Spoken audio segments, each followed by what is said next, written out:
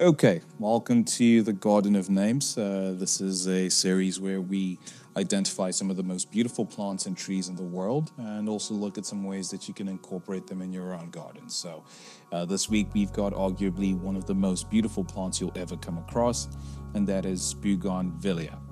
So stick around for all the important stuff about this plant and what it needs to grow well. I've left all that fun stuff to the end of the video. Okay, now Bougainvillea is one of the most eye-catching plants you'll ever come across, and it clearly has a fancy name to go along with it as well. And although it does sound French, this plant is actually native to South America and portions of Mexico as well. It does come in a variety of colors such as pink, magenta, purple, red, orange, white, and yellow. And it can be grown in a few ways as well, as a vine, a shrub, or even as a tree, depending on how you prune it and essentially train it to grow. So it does naturally grow in warm tropical and subtropical climates, as suggested by its native habitat. So you'll find this plant commonly grown outdoors in U.S. coastal areas, such as Florida, South Carolina, California, or Arizona as well. The plant is frost sensitive, so it wouldn't be ideal for outdoor planting for USDA zones 8 and below.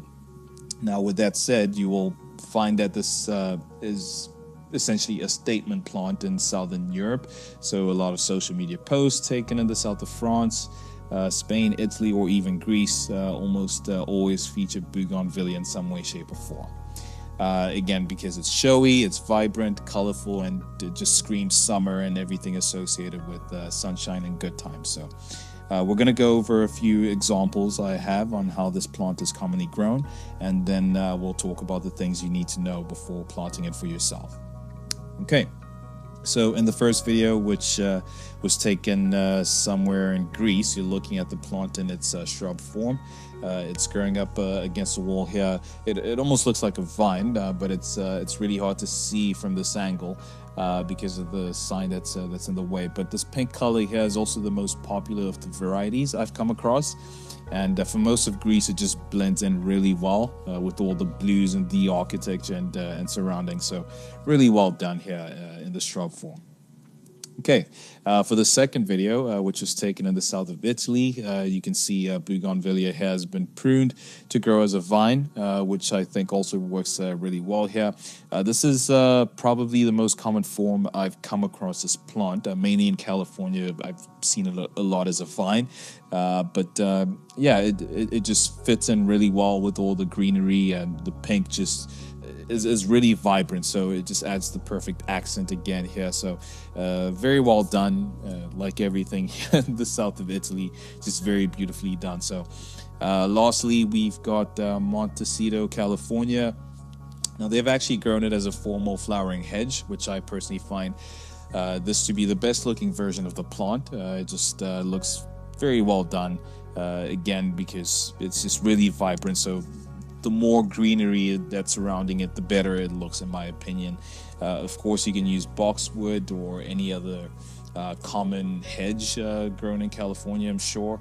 There are just so many options there as well that they can grow in their zone 10 climate. So that's the last video I have with this plant here.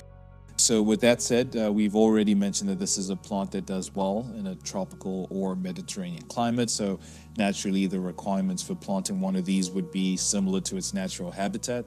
So full sunlight, well-drained soil, and moderate watering needs. The plant is drought tolerant once it's mature, so that won't be too much of an issue. But yeah, with that said, that's pretty much it for Bougainvillea. Now, what I'll do is I'll post 2 cold hardy options that could work for those in colder climates, say zone 5 and 6, in my next videos.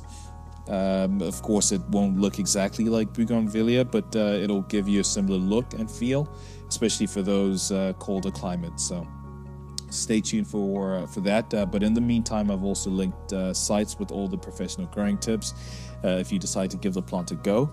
But other than that, thank you so much for tuning in, and I'll see you on the next video. Take care.